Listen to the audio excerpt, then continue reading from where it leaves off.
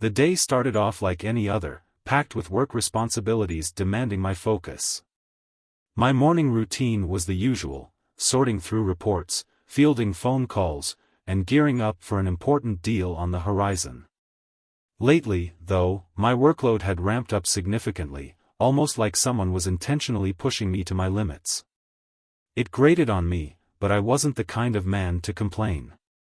No matter how much landed on my plate, I handled it without making a fuss. Meanwhile, my wife carried on with her usual routine, but I couldn't help but notice she'd been staying late at the office more often. For the past couple of weeks, nearly every evening, she wouldn't get home until after 8 p.m. Her reasoning checked out: big project, major contract in the works. She had a senior role at her company, and unpredictable hours came with the territory. It wasn't enough to raise suspicion, not yet. What did stand out, though, was how quiet she'd become. She used to send quick updates throughout the day, a simple "working late" or "don't wait up for dinner."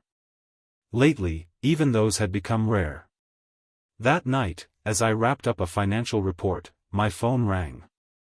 The number on the screen was unfamiliar, which was unusual. I rarely got calls from numbers I didn't recognize, especially at that hour. Curious, I answered. On the other end was a woman's voice, calm but carrying a hint of unease. She introduced herself. Rachel. Rachel, Scott's wife. That got my attention. Scott was my boss. She wasted no time getting to the point. "I need to talk to you about your wife," she said, her words sharp and deliberate. That sentence alone made me sit up straighter. I asked her to explain, and she didn't sugarcoat it. "I think your wife is spending too much time with my husband." Her voice remained steady, but I could hear the tension beneath the surface. For a moment, I considered that this could just be paranoia on her part. Maybe she was dealing with problems in her own marriage and projecting them onto mine. But she didn't sound desperate or irrational. Her words were measured, like she wanted me to take them seriously. After the call ended, I sat there for a long time, her words running circles in my head. Was this just jealousy, or was there something real behind her suspicion? My working relationship with Scott had always been strictly professional.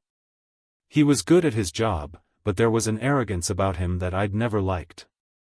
Thinking back, I realized he was the one who had been piling extra work on me lately. That connection unsettled me. Could his sudden interest in keeping me busy have something to do with Rachel's concerns? The thought seemed like a stretch, but I couldn't shake it entirely. The next morning, I went about my day differently. I started paying closer attention to the details I might have otherwise overlooked. The first thing that stood out was Scott's behavior. During a casual hallway conversation, he made an offhand remark about my wife. "She's got a sharp mind," he said. On the surface, it was a compliment. But something about the way he said it felt off, too deliberate, like he wanted to plant a seed in my mind. I didn't react. I kept my expression neutral, refusing to give him the satisfaction of a response. Meanwhile, my wife acted like everything was normal. She left for work on time and came home late, same as always, citing meetings and looming deadlines. To back it up, she even showed me pictures of a team meeting, colleagues gathered around a table, serious faces all around. There was nothing suspicious about the photo itself. And yet, thanks to Rachel, a nagging feeling had started to take root. On the surface, there wasn't anything outright suspicious. But the thought Rachel had planted in my mind refused to go away. It lingered, growing roots, making me second-guess things I would have otherwise brushed off. By mid-afternoon, my phone wouldn't stop buzzing, work notifications flooding in one after another. Scott had loaded me up with a pile of urgent tasks, all labeled as high priority, all demanding immediate attention. And, of course, he didn't miss the chance to take a jab at me. "Think you can handle all this, or should I ask your wife to step in?" he quipped, a smug grin stretched across his face. I didn't give him the satisfaction of a reaction. If he was trying to provoke me, he'd have to try harder. Still, his words stuck. The way he said it, the casual smirk, it wasn't just a joke. It felt calculated, like he wanted to see if I'd flinch. It was becoming clear that the boundaries between work and personal life were starting to blur, and I wasn't okay with it. That evening, as I worked through another one of Scott's endless assignments, I found myself replaying Rachel's call in my head. The way she spoke, calm, measured, but urgent, had made it impossible to dismiss. This wasn't petty jealousy or baseless paranoia. It had felt like a warning. I needed answers. Without hesitating, I called Rachel. She picked up almost immediately, as if she had been waiting for my call. We agreed to meet in person.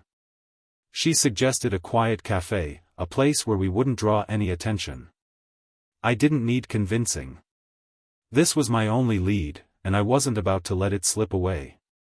The next day, my focus was split. I went through the motions at work, answering emails, handling the never-ending stream of assignments, but my mind was elsewhere. The meeting with Rachel loomed in the back of my mind, pressing against every thought. Scott, on the other hand, seemed to be in a great mood. He was unusually cheerful, almost too much so, like a man who thought he was untouchable. If he had any idea what was going on, he didn't let it show. By the time my workday ended, I was more than ready for answers. At the cafe, I stepped inside and let my eyes scan the room. It didn't take long to find her. Rachel was seated in a corner booth, her posture composed but noticeably tense. As I walked over, she gave me a polite nod, and after a quick exchange of greetings, we got straight to business. Rachel didn't waste time. She laid it all out, how Scott had been coming home later than usual, always blaming work. How his behavior had shifted, how her gut told her something was off. And then, the detail that made my stomach tighten, my wife's name had been coming up more frequently in his conversations. She didn't exaggerate, didn't sound frantic. Everything she said lined up with the subtle changes I had already noticed in my own life. As she spoke, the puzzle pieces began clicking together in my mind. I still didn't have concrete proof, but there were enough signs to raise real questions. Was Scott using his position to edge his way into my personal life?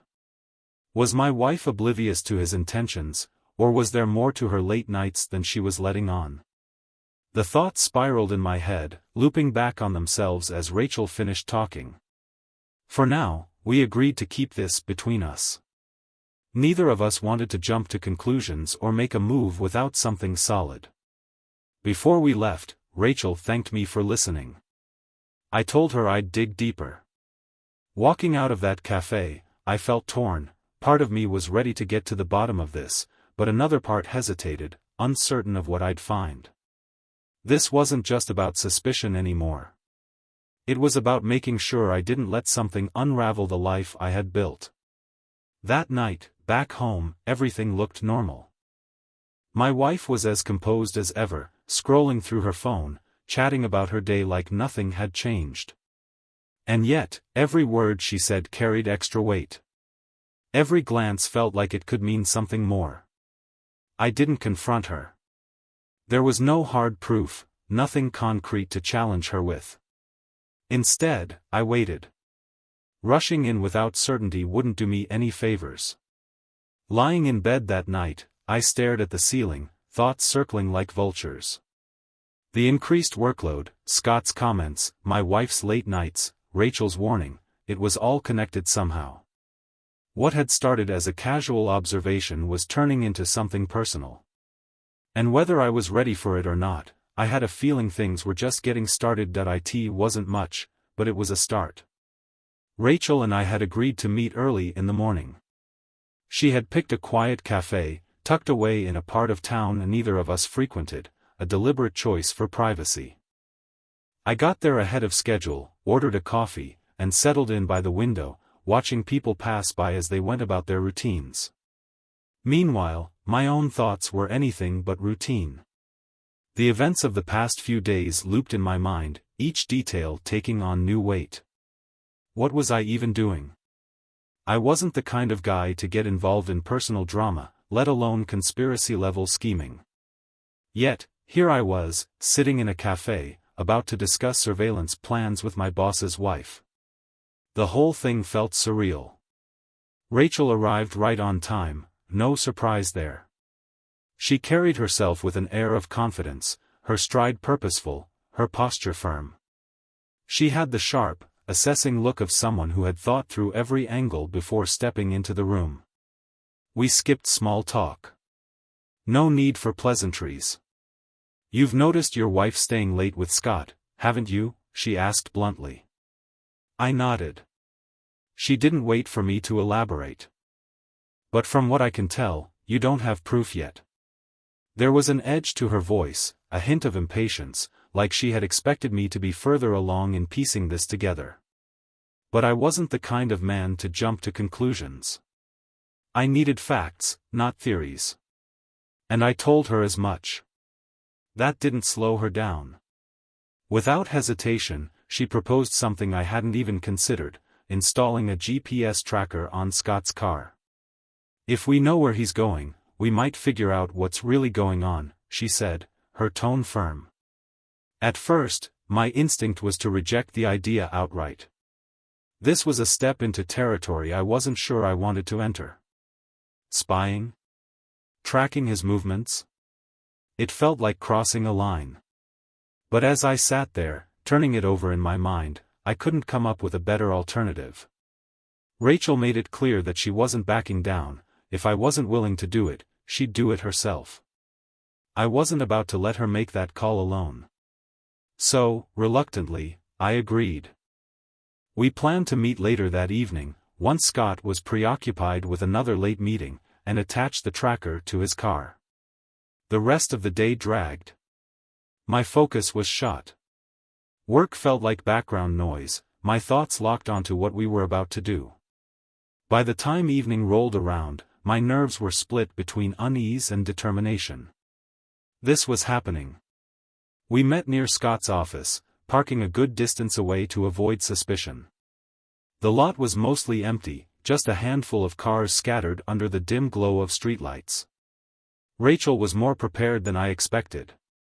She pulled out a small tracking device and calmly explained how to attach it, like this wasn't the first time she had thought about something like this. Her composure was almost unsettling. As I crouched down near the rear bumper, something immediately caught my eye, just barely visible under the car, half hidden in the shadows. A small device. Already attached. A tracker. For a second, I thought maybe Rachel had beaten me to it, but when I turned to her, the look on her face told me otherwise. "If you didn't put that there, then who did?" she asked, her voice low and measured. I didn't have an answer. The discovery flipped everything on its head. Someone else was already keeping tabs on Scott. And it wasn't us. After a quick discussion, we made a call, leave the existing tracker in place and attach ours right beside it.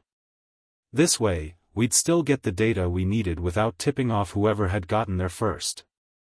Once the job was done, I drove home, my mind tangled in possibilities. Who else had an interest in tracking Scott? And why? I barely had time to process it all before my wife greeted me at the door with her usual tired smile, stretching her arms as she let out a sigh. "Long day," she muttered, her voice carrying the weight of exhaustion. Spent the whole time sorting through reports at the office.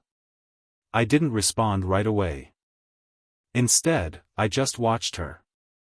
Every movement. Every expression. She seemed normal. Like any other night. But at this point, I wasn't sure I knew what normal looked like anymore. There was nothing outwardly suspicious about her demeanor, no nervousness, no hesitation. If she was hiding something, she was doing a damn good job of it. Still, that nagging feeling wouldn't go away. It clung to me like a shadow, whispering that something was being carefully kept out of sight. I kept my suspicions to myself and went about the evening as if nothing was wrong. There was no point in tipping my hand too early. If there was something to uncover, I needed to be smart about it.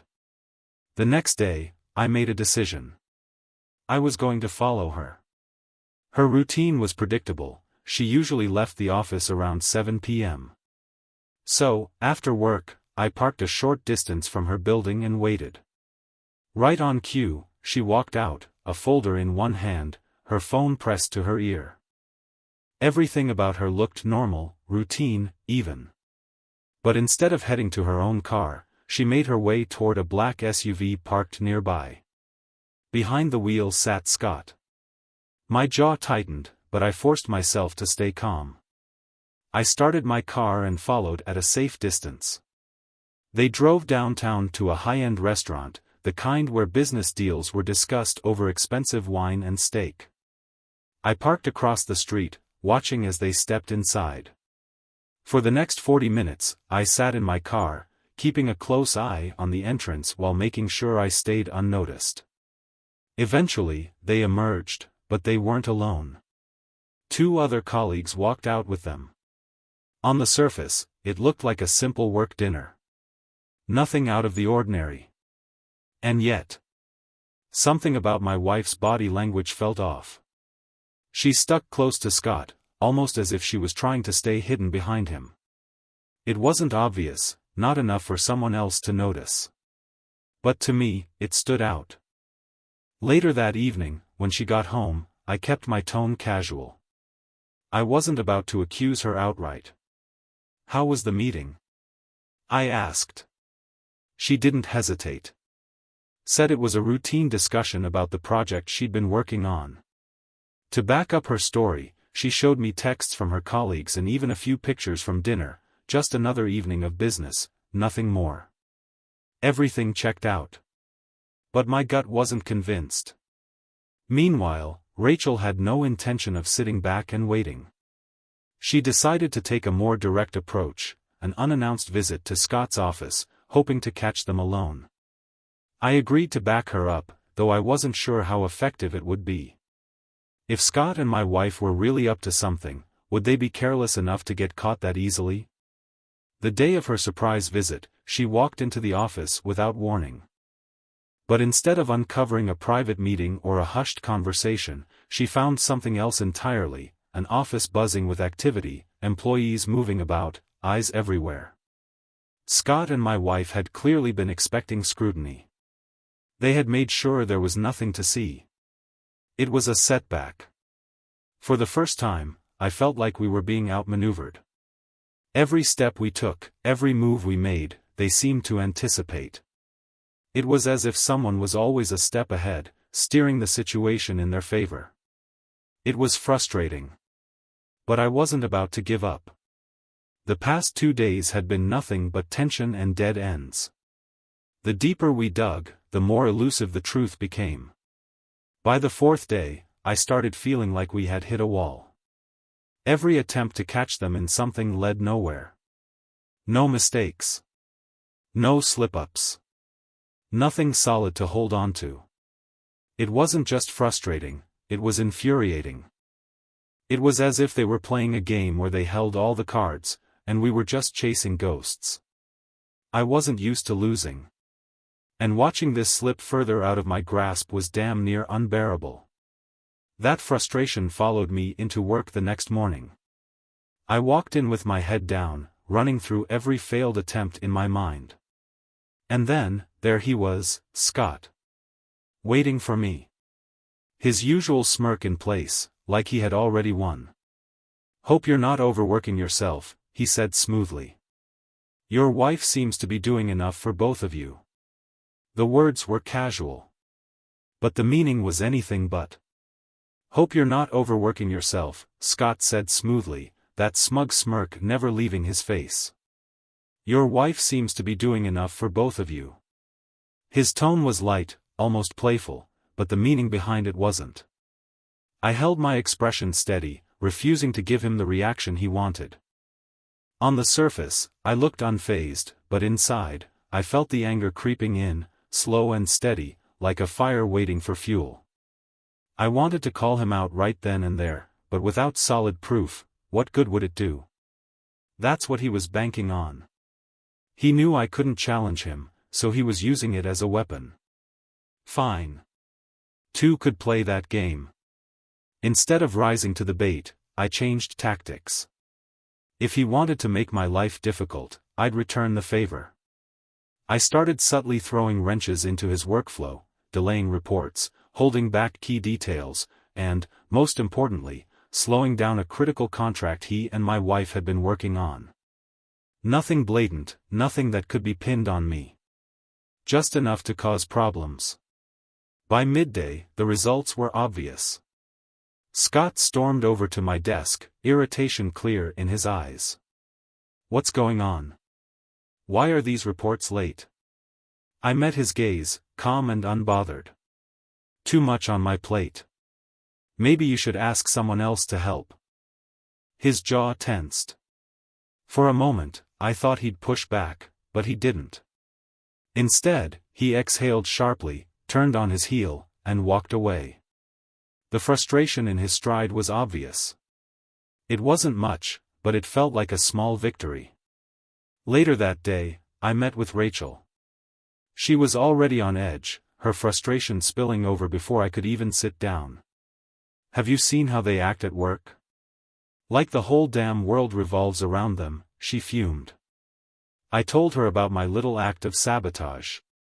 She gave an approving nod but still looked unsatisfied. "It's not enough," she muttered. "We need something real." That's when she suggested something I hadn't considered, hiring a private investigator. I hesitated. It felt extreme. Spying, tracking, pulling in professionals to dig into their lives, was this really where we were? But the more I thought about it, the more it made sense. We weren't getting anywhere on our own. If they were hiding something, they were doing it well. We needed someone who knew how to uncover the truth. Reluctantly, I agreed. The investigator wasted no time. By the following day, he had his first report. A photo of Scott and my wife at a restaurant, not the night I had followed them. This was another dinner. Another meeting. At first glance, it looked harmless. A business dinner. Professional. But that evening, a second photo came in. This time, it showed Scott and my wife leaving the restaurant. As they stepped outside, he reached out, just for a second, and lightly touched her shoulder. A simple gesture. But not a professional one. When I showed Rachel the pictures, she leaned back, arms crossed, her expression unreadable. "We have to be careful," she said finally. "They're too smart to leave obvious evidence lying around. This could be intentional." I knew what she meant. It was possible they wanted us to see this, to make us think we were catching onto something while they kept the real truth hidden. Still, one thing was clear, whatever was going on between them, it wasn't just business. By the fifth day, I had made up my mind. I needed to find out more. That evening, after my wife went to take a shower, I saw her phone sitting unattended on the kitchen counter. She never worried about me snooping, never had a reason to. But tonight, I picked it up. I unlocked it and scrolled through her messages. Nothing strange. No suspicious conversations. It all looked clean. But then, something caught my eye. An app one hadn't seen before. A data recovery tool. I tapped on it, my pulse steady but my mind racing. Inside, I found fragments of deleted messages. Most were incomplete, but one stood out. "I'll take care of everything as planned. Just make sure he doesn't find out." The sender? My wife. The recipient? Only listed as B. I stared at the message, feeling the weight of those words settle into my chest. When she walked back into the room, towel wrapped around her, I kept my voice casual. "Hey," I said, holding up her phone. "What's this app?" Her reaction was immediate. Smooth. "It installed automatically with the last update," she explained, her tone even and matter-of-fact. Then, without hesitation, she handed me the phone. "You can check if you want." Her confidence caught me off guard. There was no nervousness, no hesitation, just a steady gaze that made me second-guess myself. Was I overanalyzing? Seeing shadows where there were none? Or was she simply that good at covering her tracks? I turned the phone over in my hands, debating whether to push further. But what would I even be looking for? If she was hiding something, she had already made sure I wouldn't find it. Meanwhile, Rachel had come up with a new plan. She enlisted the help of a former colleague, someone Scott trusted, to arrange a casual meeting with him at a bar. The goal was simple: get Scott drinking, loosen his tongue, and see if he let anything slip. But the plan fell apart before it even began. Rachel's contact showed up at the bar at the agreed time, but Scott was nowhere to be seen. Instead, he sent his assistant in his place. "Scott's stuck at the office," the assistant explained with an apologetic shrug. "He's working late, with your wife." When Rachel relayed that to me, something inside me snapped. It felt deliberate. Like they weren't just lying to us, they were mocking us. A game where they dictated the rules, and we were stuck chasing after them, always a step behind. I'd had enough. That night, I called my wife into the living room. "We need to talk." She didn't blink. Didn't fidget. Just sat down and listened, perfectly composed, as I laid out my concerns. And once again, she had an answer for everything. Her schedule lined up perfectly. Emails, call logs, even casual office conversations, all of it painted an innocent picture. She showed me messages from coworkers, meeting notes, even a few work-related frustrations that made her late nights sound completely reasonable. Her explanations were so smooth, so precise, that I almost started to feel ridiculous. Maybe I was reaching. Maybe I was grasping at straws. Or maybe, she knew exactly how to disarm me. By the end of the night, I felt like I'd gotten nowhere. Every move we made, every strategy we tried, hit a dead end. It was like they could see us coming.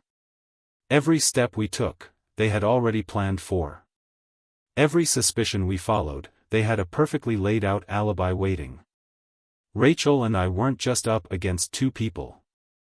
We were up against a game that had already been rigged in their favor. And yet, I wasn't ready to walk away. Not yet. Day 6. I woke up feeling drained. This wasn't just about suspicion anymore, it was psychological warfare.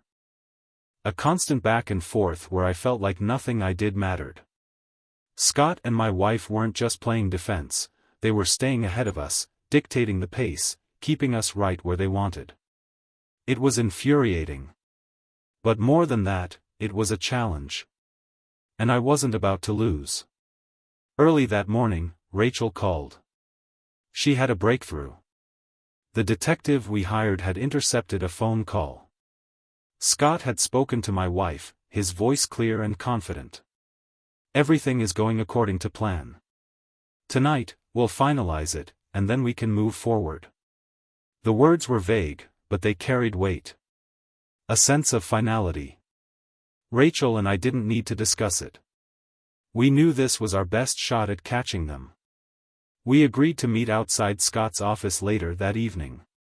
This time, we wouldn't let them slip away. The rest of the day passed in a haze. At work, Scott acted as if nothing was out of the ordinary. He strolled through the office, chatting with colleagues, his usual air of self-assurance wrapped around him like armor. Every so often, he'd glance in my direction with that infuriating smirk. Once, he walked past my desk without so much as a nod, as if I wasn't even there. Meanwhile, my wife sent a couple of short, impersonal texts. "Busy day. Lots of work." Her usual check-in. Except now, those words felt hollow. Like they were part of a script she'd memorized. At this point, reassurance meant nothing to me. I was done looking for comfort. I wanted the truth, her routine messages felt hollow, empty words strung together, like part of a script carefully designed to keep me from questioning anything. By the time evening rolled around, I was already parked near Scott's office, waiting. Rachel was stationed nearby, watching from another angle. We wanted full coverage, making sure we didn't miss anything while staying out of sight. As the office doors swung open, I spotted them.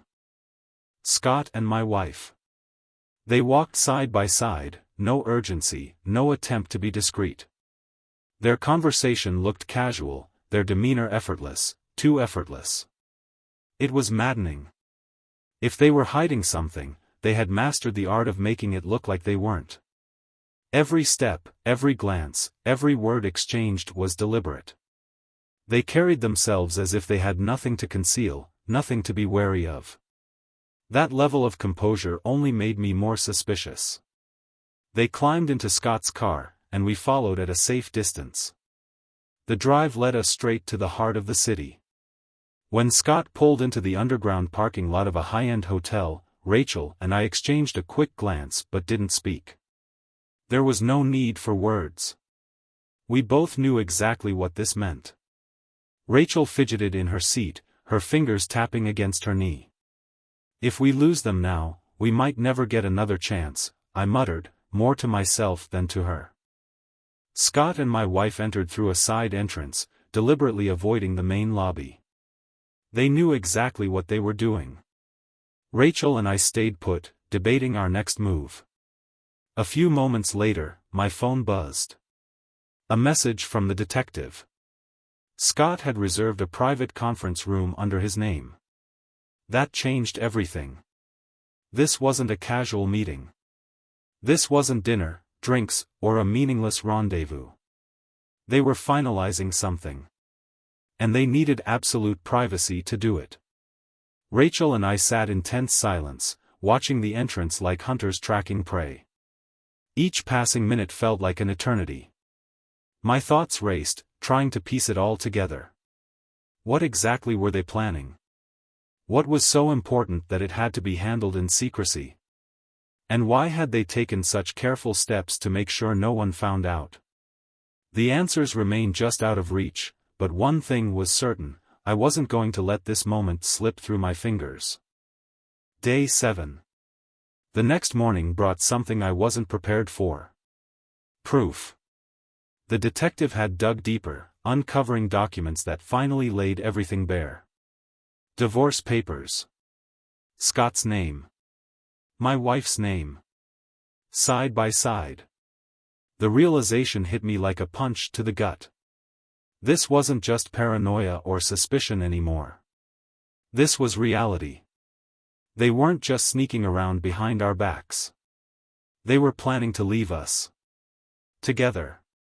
It was the kind of betrayal that left you breathless, not from pain, but from the sheer audacity of it. The cold, calculated nature of their actions, weeks, maybe months of careful planning, every step taken to make sure Rachel and I never saw it coming. I stared at the documents, feeling a hollow ache settle into my chest. How does someone you've built a life with do something like this? How do they sit across from you at dinner, kiss you goodbye in the morning, send routine messages just to keep up appearances, while, in reality, they've already decided you're disposable? Later that day, another piece of the puzzle fell into place. The date. A deadline. A specific day they had chosen to finalize everything, to sign the papers, to take the last step in making their betrayal official. It was approaching fast. Too fast. Rachel and I knew we couldn't sit back and let it happen. There was no time for hesitation. No room for second guessing. We had to act. We made a plan. On the day of their so-called final step, we would be there, waiting. We would confront them head-on, expose them before they could slip away into the life they were trying to build on lies. But we also knew what we were up against. Scott and my wife weren't careless. They were meticulous. Cautious. They had been outmaneuvering us from the beginning, always a step ahead.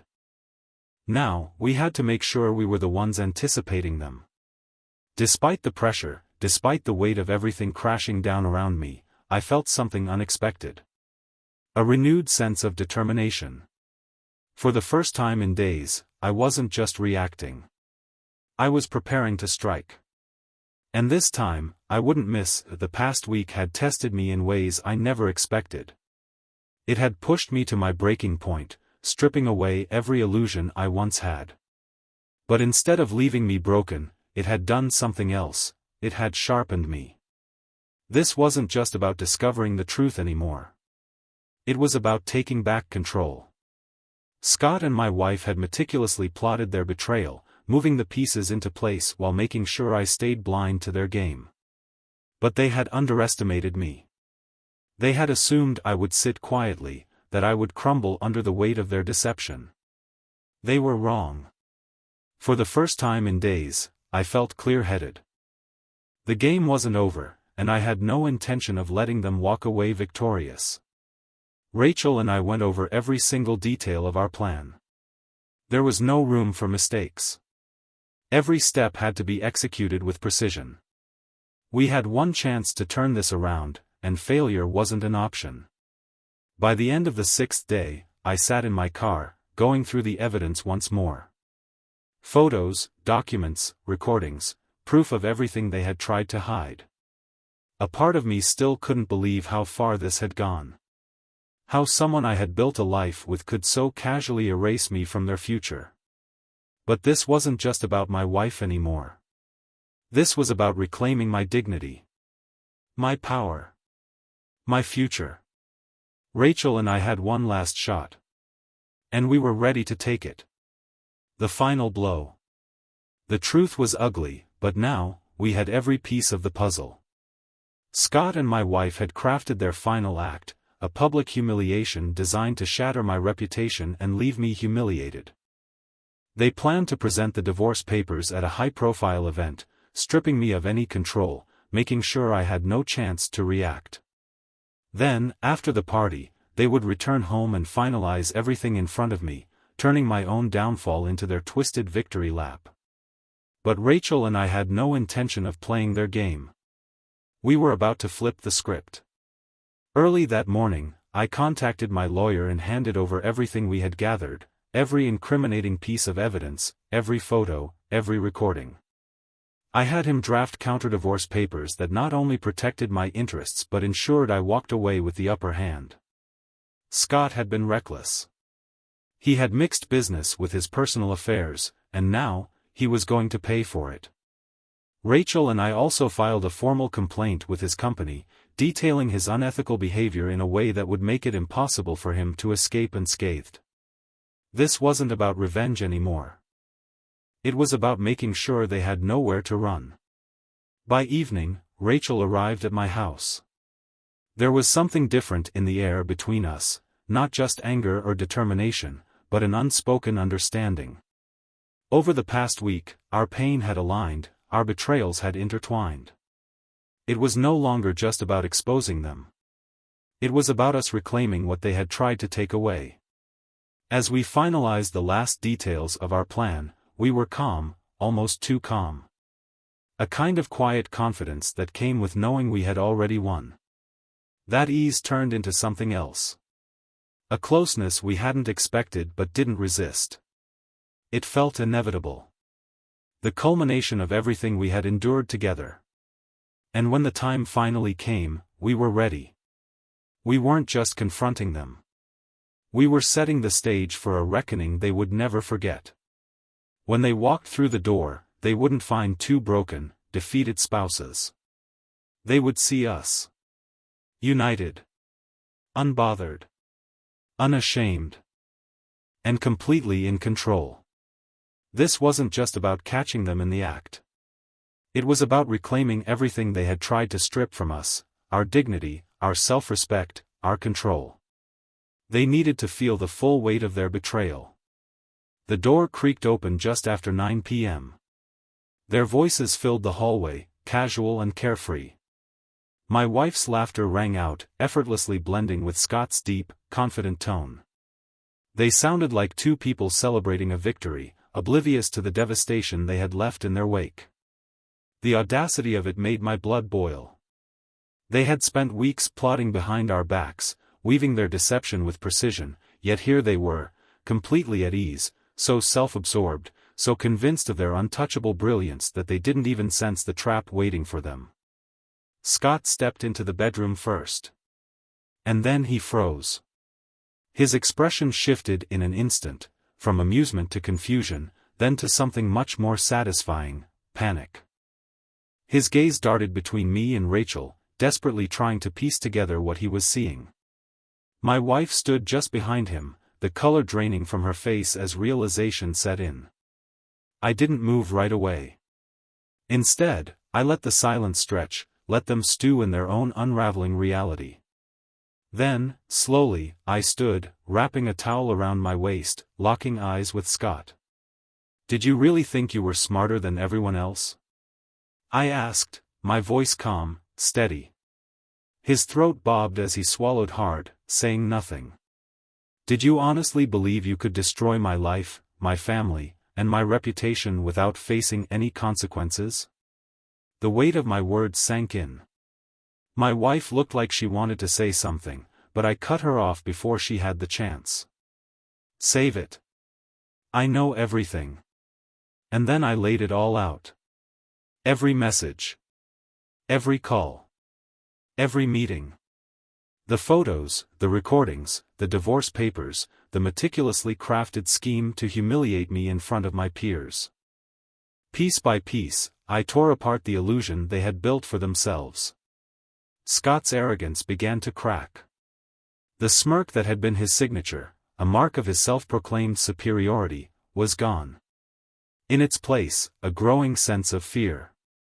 My wife wasn't faring any better. Her composure shattered, her lips parted in a stammered attempt to explain, but the words didn't matter.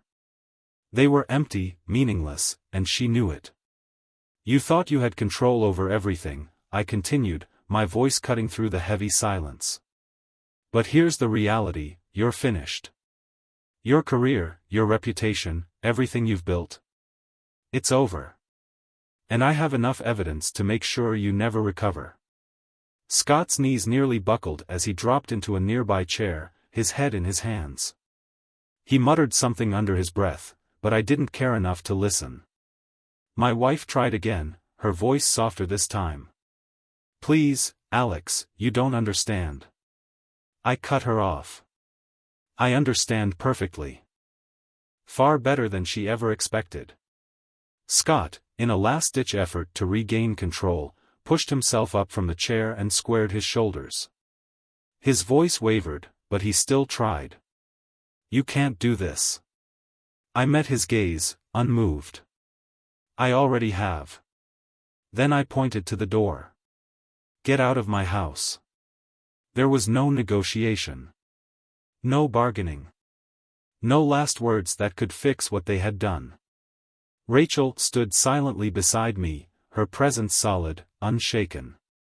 This wasn't just about me, or about them. This was about us. Defeated, they gathered their things. Scott didn't say another word. He knew there was nothing left to say. My wife followed him out, her expression a conflicted mix of anger and despair. I stood in the doorway, watching as they climbed into Scott's car. The people who had once been so certain, so smug in their deception, now sat in silence, humiliated. A fitting end to their little charade. As their car disappeared down the street, I exhaled deeply. And for the first time in days, the weight on my chest lifted. Inside, Rachel was waiting. The chaos of the evening had settled, leaving only quiet. A sense of finality. We didn't need words. The night had already spoken for us. We had done what we set out to do. We had exposed their lies, destroyed their plans, and taken back control of our lives. I sat down beside her, feeling something I hadn't in a long time. Peace. The storm had finally passed. The rest of the night was spent in quiet celebration. Rachel and I talked, really talked. About everything we had been through. About the pain, the betrayal, the uncertainty of what came next. But for the first time, there was no more fear. No more doubt. Just the certainty that we had survived. And that whatever came next, we would face it together. Their game was over. For them, it was the end of a carefully laid plan unraveling at their feet. But for Rachel and me, it was something else entirely. A beginning. Together, we had flipped the script, proving that even the most calculated betrayals could be exposed, torn apart, and crushed under the weight of their own deception. As the first light of morning crept across the horizon, I felt it: closure. Their story was done. Ours was just getting started. The final execution. The morning after their humiliation, I knew it was time to put the last pieces in place. Everything had been leading to this moment, and now, all that remained was to execute the plan. I picked up the phone and called my attorney. "I'm ready." He already had everything prepared, every document, every legal maneuver, every piece of evidence required to ensure neither Scott nor my wife would come out of this unscathed. I gave him one final instruction: make sure everything was organized, locked, and ready to deploy at the right moment. Rachel, as always, was right there beside me. Something had changed in her overnight. The hesitation, the uncertainty that had lingered in her movements before was gone. In its place was a quiet confidence, a steady resolve that mirrored my own. We had done the hard part. Now, all that was left was to finish what we started. Over lunch, Rachel leaned back in her chair, a small, knowing smile on her lips. "It's just a matter of time now," she said. They thought they were in control, but they never realized we were the ones holding the reins. Her words struck a chord. Scott and my wife had spent weeks, maybe months, orchestrating their betrayal, believing they had every detail covered, every move accounted for. But they had never seen us coming. The divorce. That afternoon, I went home to find my wife sitting in the living room. She looked drained, her face pale, her usual confidence stripped away. The night before had shaken her, and for the first time, I saw it: fear. And yet, when I walked in, she straightened, forcing a facade of composure, as if pretending none of it had happened. "Alex, can we talk?" she asked, her voice soft, hesitant. I didn't answer. Instead, I walked over, pulled out the divorce papers, and placed them on the table between us. "Sign these." My tone left no room for debate. She paled even further as she picked up the papers, her eyes scanning the documents. And then she saw them, the evidence. Photographs. Transcripts. Witness statements. The irrefutable proof of what she had done. She stammered, her lips forming half-baked excuses, weak attempts to explain or deflect. I cut her off before she could get a single lie out. "This isn't up for discussion." My voice was firm, steady. "Sign the papers, or I'll make sure this goes public. Your friends, your family, your company, they'll all know exactly who you are." My words hit like a hammer, breaking whatever resistance she had left. Her hands trembled as she picked up the pen. Slowly, reluctantly, she signed the papers, each stroke of ink sealing her fate. There was no screaming. No last-minute bargaining. Just silent, undeniable defeat. Scott's reckoning. With my marriage officially over, I turned my focus to Scott. At work, I met with my attorney and handed over everything we had compiled: hard evidence of his misconduct, his misuse of corporate resources, his personal indiscretions disguised as business meetings. By the time I was done, I knew one thing for certain: his career wouldn't survive this. This wasn't revenge. This was accountability. By mid-afternoon, my phone rang. Rachel's voice was alive with satisfaction. "Alex, you won't believe it, it's already happening." She barely contained her excitement as she explained.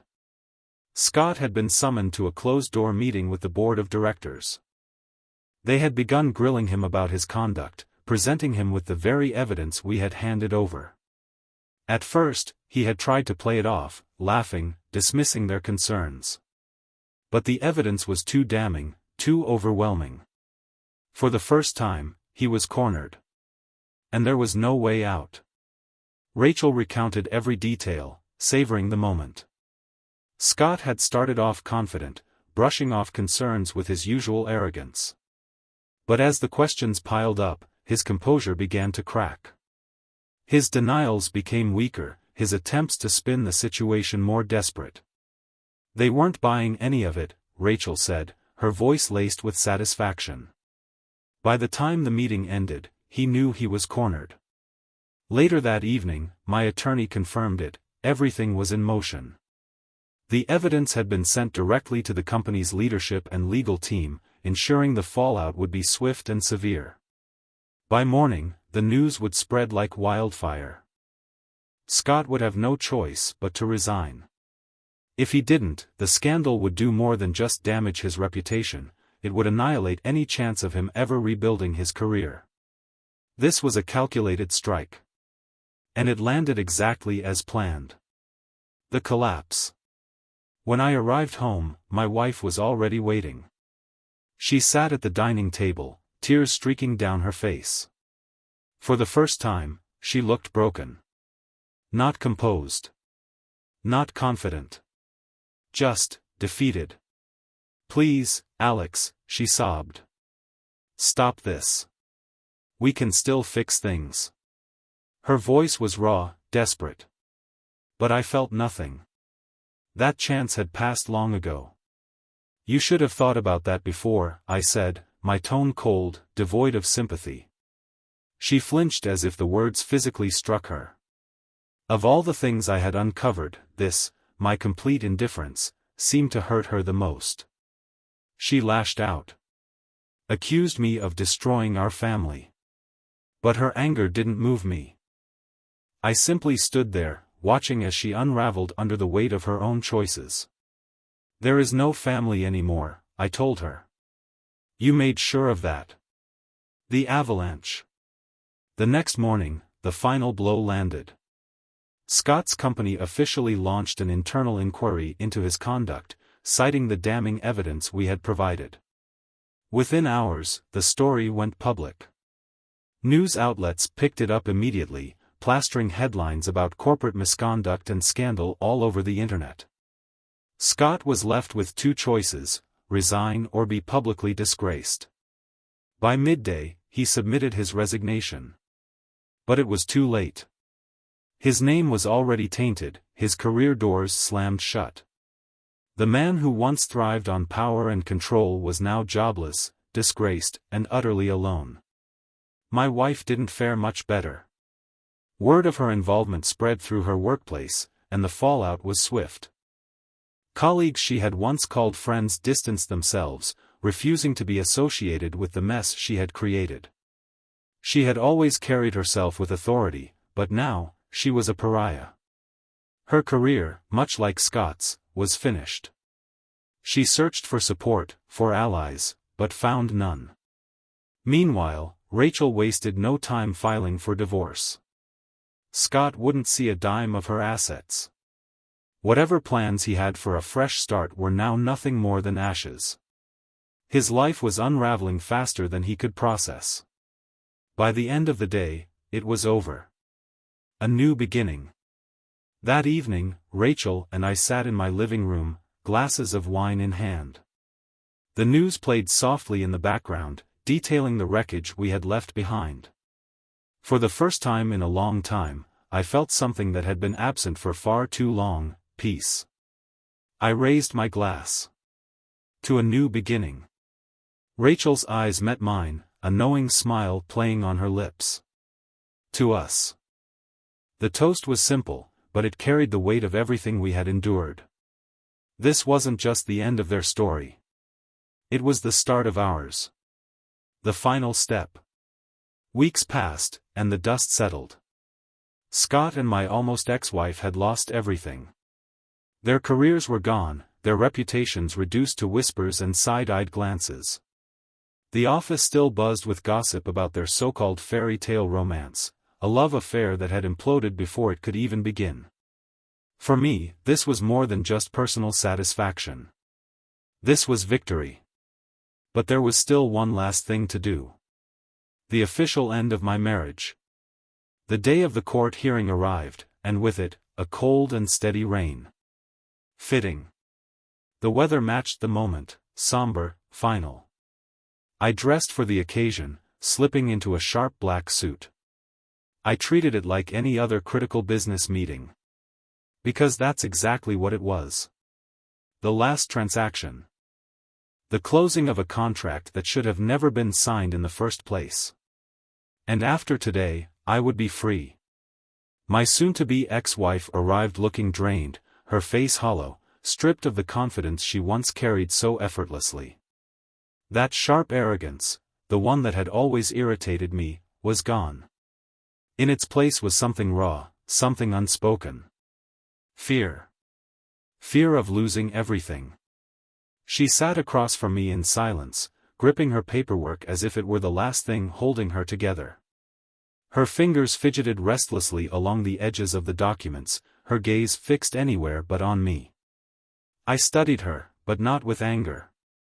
That feeling had dulled. The resentment I had carried for so long had faded, leaving behind something colder. Indifference. At the same time, I understood the weight of this moment. This wasn't just an ending, it was a severing, the final cut in a bond that had already unraveled beyond repair. When the courtroom doors opened and we were called inside, I noticed the nervous glance she exchanged with her lawyer. Maybe they were hoping for a last-minute compromise. But my attorney was prepared. Calm. Unrelenting. We came armed with undeniable proof, the affair, the misuse of company resources, her involvement in Scott's schemes. Every carefully crafted lie, every manipulation, laid bare. There was no negotiating. No bargaining. Only consequences. The judge reviewed the evidence, listened to both sides, and delivered the verdict swiftly. The divorce was finalized entirely in my favor. I retained everything, the house, the car, the accounts. Everything she had assumed she could take from me was now out of her reach. Her lawyer attempted to fight it, but the judge cut him off, citing the overwhelming evidence. There was no argument to be made. I watched as her expression hardened, jaw clenched, the reality of her downfall sinking in. And just like that, the world she had so carefully built collapsed around her. The final goodbye. After the hearing, she found me in the hallway. She hesitated for a moment, then opened her mouth to speak. I raised a hand, stopping her before she could say a word. There's nothing left to say. She blinked, swallowed hard, and nodded slowly. Her head dropped in defeat. And then she turned and walked away. It was the last time I ever saw her. She was no longer part of my life. Scott's fall. Scott hadn't fared much better. His divorce from Rachel was just as brutal. She had come prepared, wielding every piece of evidence we had gathered against him. By the time it was over, she had taken nearly everything, her house, her assets, her financial security intact. Scott, on the other hand, had nothing. His career was gone. His reputation ruined. His carefully crafted image shattered beyond repair. The last I heard, he had left the city, trying to start over in another state. But no matter where he went, his past followed him like a shadow. Some betrayals are impossible to outrun. A new chapter. With the legal battles behind me, I was finally free. I resigned from my job, severing ties with the toxicity that had consumed my life for too long. And Rachel, she remained. At first, it was just companionship, two people who had survived the same storm. But as the weeks passed, something shifted. What had started as an alliance, built on shared pain and loss, evolved into something deeper. Something real. Her visits became more frequent, until one day, it no longer felt like she was just visiting at all. One quiet evening, as we sat on the terrace with glasses of wine, she turned to me, a thoughtful look in her eyes. "It's strange, isn't it?" she mused. "They thought they were winning, but they ended up giving us something better." I met her gaze, a small smile tugging at the corner of my lips. "It's ironic," I agreed. "They destroyed everything, but in the end, they built something new for us." Because the truth was, the divorce wasn't just an end. It was a release. For the first time in years, my life belonged to me. Free of lies, free of manipulation, free of the constant weight of suspicion. The past few weeks had been a hard lesson. But one I had needed. Trust wasn't something spoken, it was something earned. And I was finally stepping into a new chapter. One where betrayal had no place. And by tonight, I was going to get it. Too smooth.